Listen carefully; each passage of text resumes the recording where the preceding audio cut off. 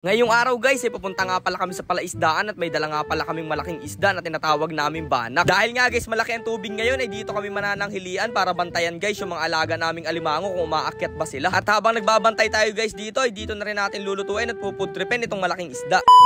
So what's up guys? What's up mga kanapadaan lang? So ngayong araw nga guys ay napakalaki nga pala ng high tide, kaya naisipan namin ng mga kaibigan ko at itong kapatid natin na pumunta doon para bantayan guys yung aming mga alagang alimango. Medyo marami na rin kasi guys kaming alagang alimango doon, kaya guys kailangan natin silang puntahan baka kasi guys ay nakakawala na sila. At ngayong araw din nga pala ay may dala-dala nga pala kaming malaking isda na nahuli ng kapitbahay namin. Ito nga pala guys ay tinatawag dito sa lugar namin na agwas, pero tinatawag din guys namin to na malaking banak. Sobrang sarap nga pala guys sinigang ng isdang to, talaga namang mauubos mo yung baho nyo pag ganito yung ulam. Bago pa nga guys tuluyang lumaki yung tubig ay nagbiyahe na kami papunta doon sa palaisdaan, at ang kasama ko nga pala guys ngayong araw itong tropa nating si Tupeng at si Baguno. Hindi nga guys namin kasama ibang tropa namin ngayong araw kasi mga tulog pa sila. Kung mapapansin nyo guys ay habang nagbabiyahe kami dyan ay napakalaki at napakalinaw nga ng tubig. Sobrang sarap na nga guys waring maligo dito sa floating kubo natin habang nagpupudrip ng alimango at saka sugpo. At kitang kita nyo naman guys sa sobrang laki ng tubig ay inabot na rin itong bahay kubo natin dito sa may palaisdaan. Buti na lang guys medyo mataas yung kabilang part nito kaya hindi naabot ng tubig. At ipapakita ko nga pala guys sa inyo, ito nga pala yung loob nitong mini kubo natin dito sa palaisdaan. Ayan guys, may simpleng terrace siya na maliit, tapos may bangko siya guys paikot.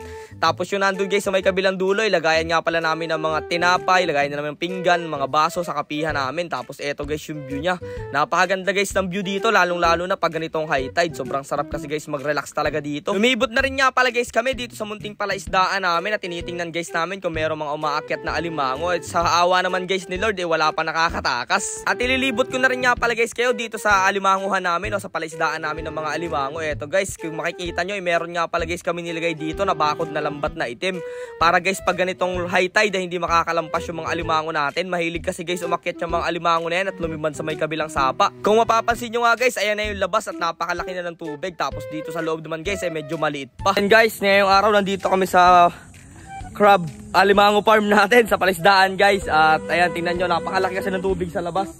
Chine-check namin guys kung pwedeng may makalabas dito. At ito naman yung sa loob. Ayan, ayan nasa yung loob. Tapos tingnan nyo guys, medyo maliit naman ang tubig sa loob. Kaso nga lang ang problema, medyo malakas dito sa labas, malaki.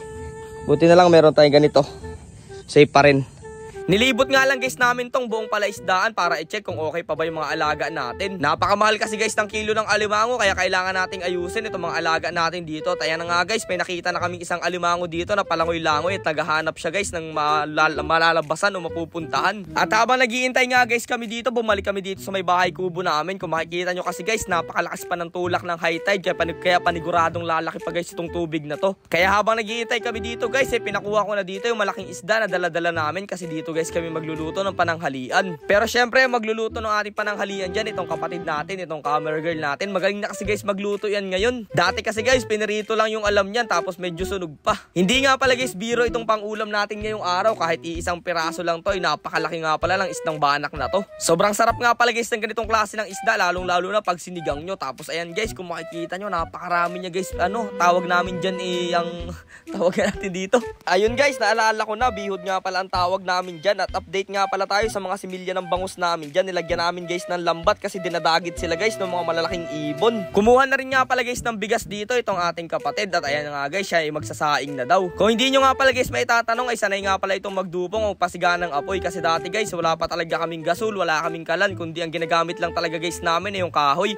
Lumaki kasi kami guys talaga sa palaisdaan. At syempre alam nyo naman guys ang buhay sa palaisdaan, ang ginagamit lang namin talagang gatong doon ay kahoy. Kaya kung usapang mga ganitong klaseng gawain lang sa buhay mahirap ay talagang sanay na sanay kami dito guys. Shoutout nga pala dyan guys sa mga taga Laguna, Bicol, Nueva Ecija, at shoutout din sa mga taga Sorsogon, Iloilo at Quezon City. At syempre sa bayan namin, sa probinsya pala namin, sa Mindoro, shoutout. Sa mga gusto magpa-shoutout pa nga dyan guys ng lugar nila o pangalan, comment nyo lang dito sa baba at shoutout natin kayo next vlog. Huwag nyo na rin sana guys kalimutang i-share tong video namin dahil namimigay guys kami ng Gcash sa mga nagsishare ng video namin. At ayun na nga guys, nagtaan nga pala ng bintol dito yung kapatid ko kasi gusto daw niyang tumikim ng alimango, kaya ayun nakahuli siya ng isa. Tapos eto naman guys, malapit na ring maluto itong niluluto naming malaking isda. Paksiw na nga lang guys ang ginawa naming luto dito para medyo masarap guys at may hihigupin kaming mainit na sabaw. Sakto rin naman guys na medyo makulimlim na dito yung panahon na parang uulan, ay okay na okay guys itong ulam natin na to. Hey guys, kain tayo pero magdasal muna tayo. Lord, maraming salamat sa mga blessing at pag-iingat palagi sa amin.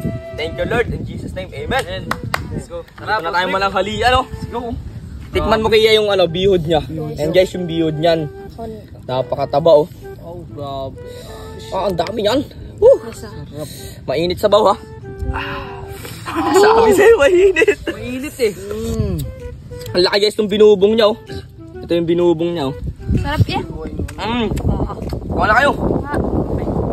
Grabe guys, sobrang sarap at nakaka-relax talagang pumood trip, lalong-lalo na pag nandito ka sa palaisdaan. Kaya sa mga followers namin dyan na gusto makatikim ng alimango, sugpo, pumunta na kayo dito. Kaya hanggang dito na lang muna guys, kita-kits na lang ulit bukas.